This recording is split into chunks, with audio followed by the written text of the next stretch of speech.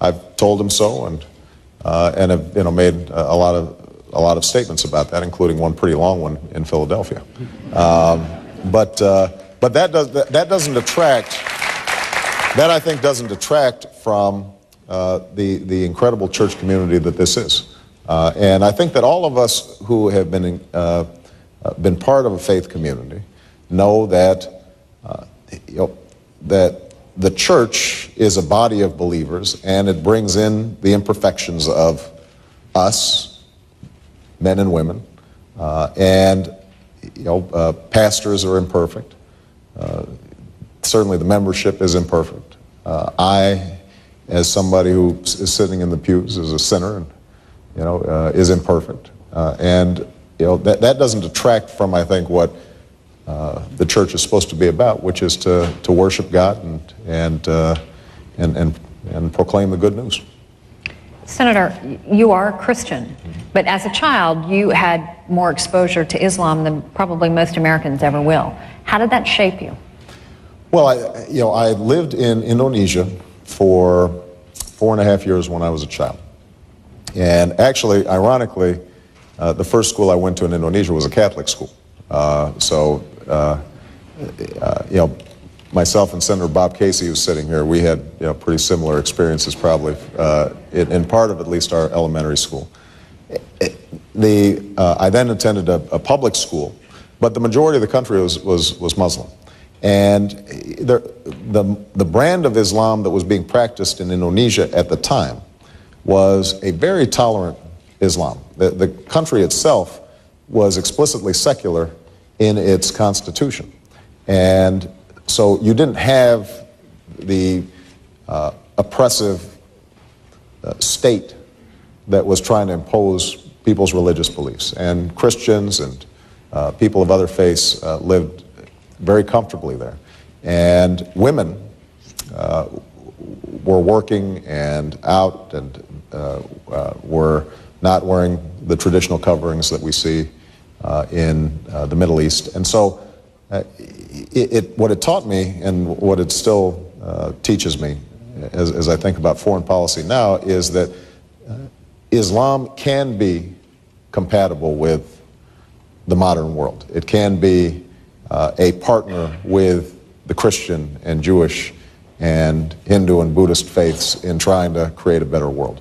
And so I am always careful and suspicious of attempts to paint Islam with a broad brush, because the overwhelming majority of the people of the Islamic faith are people of goodwill who are trying to raise their families and live up to their values and ideals, and to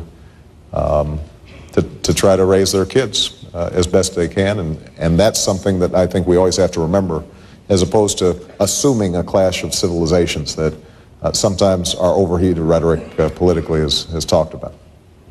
Let's go to Reverend Jim Wallace. Reverend Wallace, he is president of Sojourners, a Christian social justice organization. Reverend Hello, Wallace. Senator. How are you, Jim? I'm good. Good.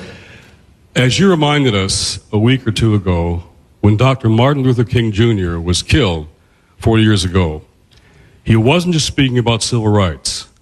He was fighting for economic justice, was about to launch a poor people's campaign. Yet 4 decades after the anniversary of his death, the poverty rate in America is virtually unchanged, and 1 in 6 of our children are poor in the richest nation in the world.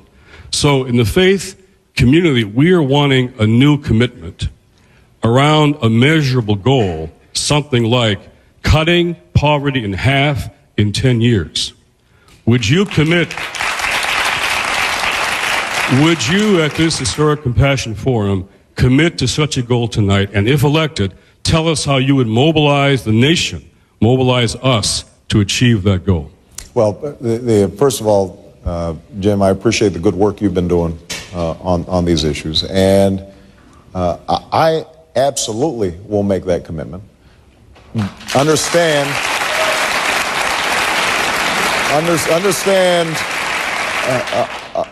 that when I make that commitment, I do so with great humility, because it is a very ambitious goal.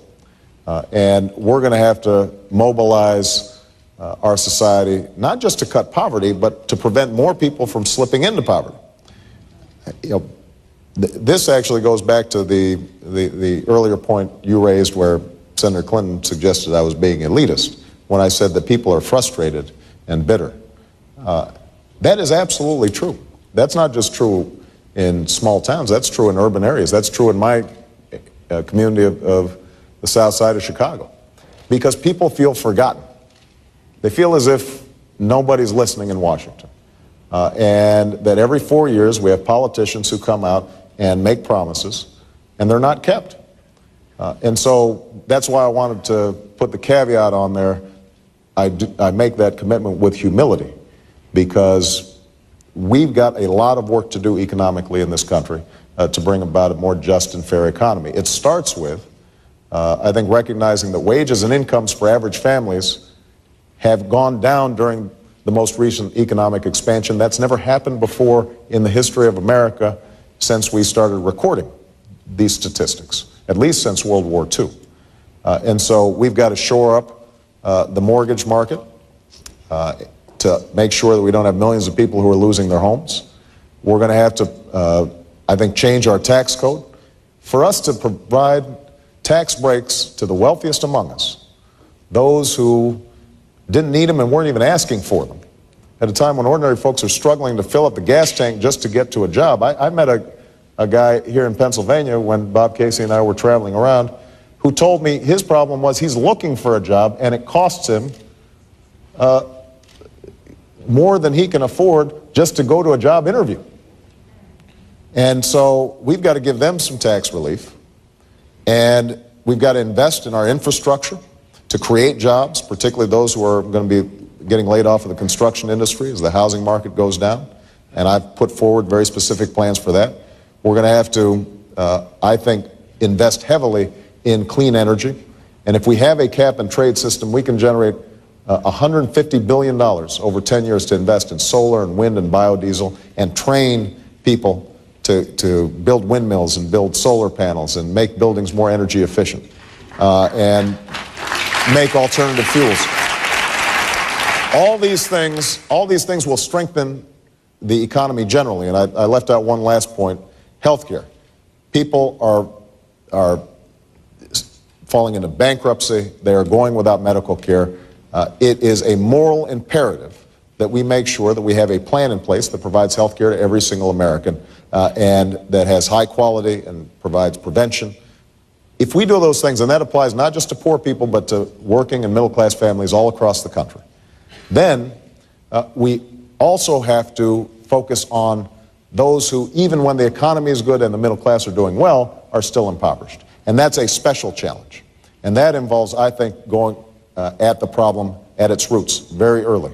Investing in early childhood education, working with at-risk parents, drastically improving our education system, K through 12, by paying our teachers more and demanding more from them, making sure that we have after-school programs and summer school programs, and many of these, by the way, can be part of a faith community. And so, just to go back to our theme here tonight, people sometimes ask me, what do I think about faith-based initiatives? I want to keep the Office of Faith-Based Initiatives open, but I want to make sure that its mission is clear. It's not to simply build a particular faith community. The faith-based initiatives should be targeted specifically at the issue of poverty and how to lift people up. And partnering with faith communities, I think we can achieve that as long as it's within the requirements of our Constitution, and we make sure that it's open to everybody. It's not simply the federal government funding certain groups to be able to